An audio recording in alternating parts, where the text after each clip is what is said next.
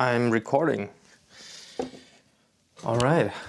I just came back from a dump. I was actually considering to record before, but yeah, it was hitting me pretty hard.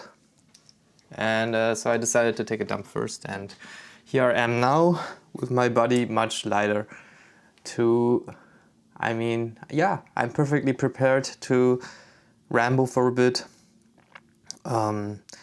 If there's one thing I can recommend you as like an upgrade to your life, to your quality of life with not too much extra money spent, it would be to get high quality toilet paper. I mean, it doesn't have to be super fancy, but if you're coming from very average toilet paper, I think it is nice once you get to experience much better toilet paper. First of all, I think something that isn't super thin, right? So just a bit thicker, but I mean, it doesn't have to be super thick in my opinion, because you can always adjust the thickness by just taking more TP. I think the more noticeable quality difference is the softness. So if you get something really soft, yeah, enough said, I think you can imagine it's much nicer. Unless you like the rough feeling, which of course you do you, I prefer the soft one. On the topic of that, what was I gonna say actually? That was unexpected, but that comes whenever I have coffee, I think. And I think a lot of you can probably relate to that. On the topic of that, I guess, why do people pee on their compost piles? Because I do it as well sometimes. And for those of you who aren't in the composting game, so just first of all, what's composting?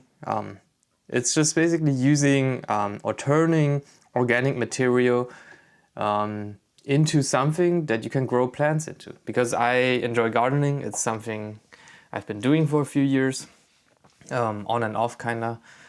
And composting is kind of very vital to growing vegetables. Actually, it's not really vital. You just need compost. So whether you do it yourself or get compost from outside, it leads pretty much to the same result. But if you have the space, I would say it's a nice feeling to be able to convert your food scraps, mostly just vegetables and fruits and stuff like that. We don't compost any kind of meats or breads, even though theoretically that would also turn into basically compost due to animals.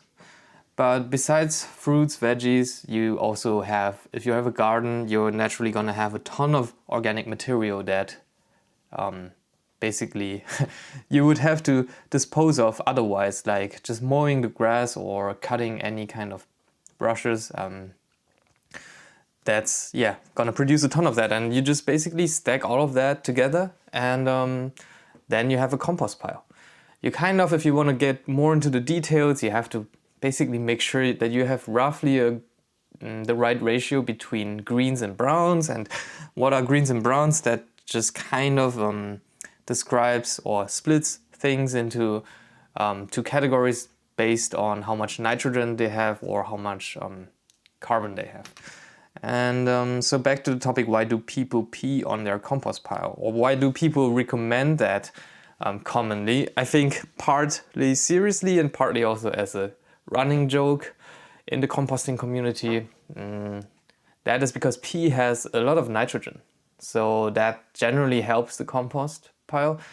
It's also kind of important that your pile doesn't get too dry. So I think the pee is also helpful in that regard. If your pile is basically too dry and you pee on it, you just give it a bit of moisture, which helps the decomposition. But of course, I think it's more the nitrogen as well. So yeah, that's why I also pee on a compost pile. But because, I hope there's no neighbors watching this. I highly doubt that anyone living nearby is gonna watch this. But in case you're watching and you do have a view of my compost pile, please don't try to watch me while I pee on there. And to be honest, I don't actually ever pee on it directly, simply because people can see me if I were to pee on it. So I do it somewhere else and then I pour it onto that. But I would still call it peeing on a compost pile, even though it's not directly peeing on it. And perfect drink. drink color, but don't worry, that is not the thing I was just talking about. That is actually something I would recommend if you're in Germany and you want to stack up on vitamins. Get those Brausetabletten, that's what they're called in German. What would they be called in English? I guess they're just those dissolvable multivitamin tablets. And they usually come in various flavorings that are sometimes good, sometimes not so good. The ones I have are from DM, which is kind of a drugstore. And they are pretty cheap. I would guess it's probably less than 3 or 4 cents per tablet. I haven't calculated it though. And if you add them, like you basically dissolve them in water and then you can add, that's what I enjoy doing, especially now that the heat is really hitting hard. Starting today, I think we're getting a heat wave here in Germany. I don't know how your weather is. I hope your weather is, it's not bad weather. It's just in Germany we don't have ACs usually. Also, I don't have ACs in the house, so it gets pretty damn warm, especially if you're on a higher floor. Anyways, that's why I enjoy adding ice to this, and then you kind of have a poor man's lemonade that is also kind of healthy. It's just vitamins, but it's nothing particularly healthy, I guess, in a wider sense. But if you're not getting enough vitamins into your diet or you don't supplement in any other way, I think this is a pretty nice way to basically have a nice refreshing drink that kind of reminds you of a lemonade if you add the ice cubes and you have a decent flavor that you like. And it fills up some of your vitamin reservoirs. With that said, I'm already done drinking it. I might have to make myself another drink before I actually finish this video, because otherwise my throat is gonna be very sad and angry at me. So yeah, the heat wave is coming. I hope your weather is decent wherever you are and listening to it. I don't really have too much to talk about. I just uploaded the first one, and honestly it was pretty fun mostly because it wasn't too much effort, really. I didn't really edit anything. Maybe I think I clipped like the first 3 seconds, but other than that I didn't really do much to it. And given my limited energy capacity, I think it's really nice to just sit down, hit the record button, and put it into editing software. Just maybe change up the audio a bit, and that's it. You can just upload it directly. I haven't really been up to too much the last few days. It's been only 3 days, I think, since I did the last recording. I've continued watching the World Cup. Not necessarily the full games, because they are often at very bad times from a European perspective. And since I do kind of go to bed not too late, often before 11 p.m., I can only watch really 1 game per day sometimes. And sometimes I'll only just let it run in the background. But nonetheless, I think this World Cup has been pretty interesting so far. You guys probably aren't very on top of the football game, but basically this World Cup is much larger than the ones before, so there are more teams, there are more games, and you just generally see a bunch of new teams show up, and it's always interesting, I think. And if you're a neutral, if your country or your team isn't playing, then I think it's natural to want to support the weak one, especially if it's their first World Cup. And some of these countries have really been showing up, and there's also been generally a lot of draws. So I think people who are into sports betting aren't probably having the best time. I'm not sure. I'm not too knowledgeable on that. I've just heard people kind of talk about that or complain about that the games have been there have been too many draws. Anyways, I think last time I was recording, there was actually the Spain game going on, and I was telling you guys oh my god, it's crazy if they really draw 0-0 against Cape Verde. And they did end up drawing 0-0, and the keeper I mean, his football name, I'm not sure what his actual name is, but his football name is Vozinha. And yeah, he ended up getting shouted out by a Brazilian TV, football TV channel, and they basically called people to follow him. And I think before the game, that was basically their first World Cup game. Before the game, he had like 40K followers, and now I think he sits at like 13 point something million followers. So that's some insane growth. Yeah, I was actually comparing his ascent. Like I had a few benchmarks, like 2 benchmarks to be honest, and he's now surpassed, or like, yeah, he's surpassed both benchmarks I think now. Let me check actually. But basically the first benchmark is Baby Monster. Don't ask me why, but that was my first benchmark, and they have like 9.8, or they had at the point 9.8 million followers, and now I think 2 days ago or something he already, or yesterday morning he surpassed them. And then the second benchmark, don't ask me again why, is Cordis, and Cordis has 13.2 I believe, and now he also has 13.2 million followers. I don't have a third benchmark, but anyways, I think it's just one of those side stories of the World Cup that are kind of fun to follow. And there are always some, you know, I think there's always something like this at the World Cup. And it's always interesting to witness them.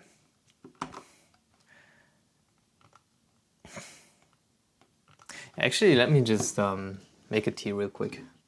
I don't want to sit here talking while my throat is drying out.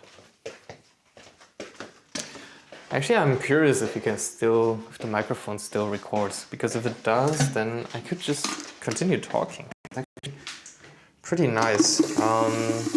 This is not me peeing, this is, in case you're wondering why water is flowing, that's because I'm filling up the kettle with water. And also the water is from the tap, not from my body. Here is a tea bag. You know, for a while I was, I drink all kinds of tea. And it's something I really enjoy. Because it's something I couldn't do for a few years. Like when I was more serious, like when I was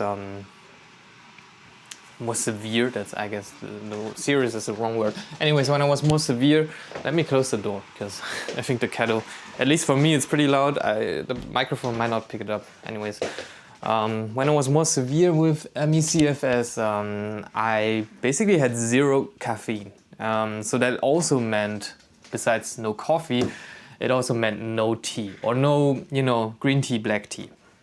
In Germany, we still, you know, when you talk about tea, I think it's very cultural dependent what people see as tea. And in Germany, I would say, if you say tea, it also includes all kinds of herbal teas, which are pretty big in Germany.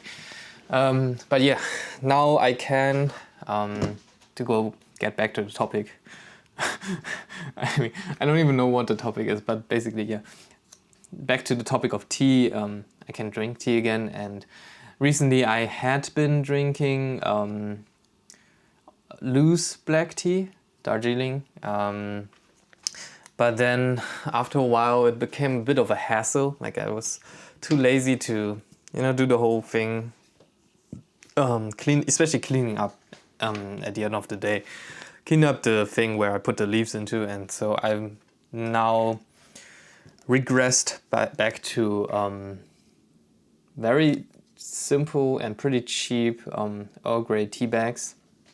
But they really, I don't know, maybe because my black tea, how do you call it even, tongue, it's not very sophisticated, I guess. Like I'm pretty happy with very simple tea bags when it comes to black tea. I think with green tea I'm a bit more picky, a bit more demanding in terms of quality, and green tea in tea bags has never really convinced me. Anyways, I'm gonna just quickly add the water because it has boiled. and I'm gonna be back on camera just in 5 seconds. So yeah, I don't know if you guys also like to drink tea. Maybe, actually I probably should have recommended you guys to have a drink on hand at the start of the video. So I don't know, that's up to you. Anyways, and I mean, I talked about how I couldn't have caffeine for a few years when I was more severe, and now I can. And I mean, it's not that I can just drink tea now. I also have coffee, and I used to, like many years back, I used to get into coffee through like the first time I really got into coffee was with filter drip coffee. In particular V60, I don't know if that says anything to you, but V60 is basically just a specific type of filter coffee holder, I guess. It's a specific shape, it's called the V60, and that's how I made coffee for quite a while. We also have a semi-automatic machine at home, so not semi-automatic, a fully automatic machine. And maybe half a year ago or something, I started getting into, so a few years into my coffee journey, which I didn't say, I mean, I said I couldn't have caffeine, right? But I actually still had some coffee every now and then, because with coffee you do have decaf. And that was something I was still occasionally drinking when I had the energy to make it. But anyways, now I'm having both, just normal coffee and decaf as well. And yeah, a few years into my coffee journey, I started getting into espresso, and now I have a very simple DeLonghi espresso machine.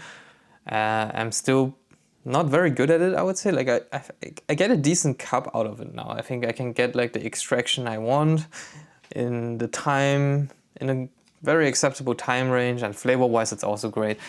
But the one thing I really want to improve on that I'm still not very good at it is latte art. And I don't think it's there's anything to blame on the machine. I think it's decent in terms of steaming milk. It's not the best. Like a lot of people recommend to change the steam wand to a better one, but I'm too lazy to do it, and I don't want to risk breaking the machine. So yeah, I'm just gonna continue practicing with what I have. And I think it's mostly the pouring motion. That's something I need to work on, because whenever I try to make a heart, I end up making, end up making something that isn't a heart, and it looks more like, I'm not gonna say what it looks like, but it doesn't look like a heart. Anyway, so that's something that's been going on, and the problem with that is though that unless you want to just waste a lot of milk, or you just, I don't know, you can drink a ton of milk, you're just not really gonna make quick progress, or you're not gonna get a lot of reps into it. Like you're not gonna get a lot of reps in, because per day I'm probably gonna drink 1 cup. So I have like 1 opportunity each day at most, because I sometimes skip. And so I only have maybe 1 or 2, maybe like 3 opportunities a week to practice it. So yeah, I think it's gonna take quite a long time until I am confident in it and I can consistently make some decent heart shapes, and maybe even some more complex shapes. I don't know. I'll see. Anyways, today I think there isn't too much I want to talk about really, and so yeah, that's it.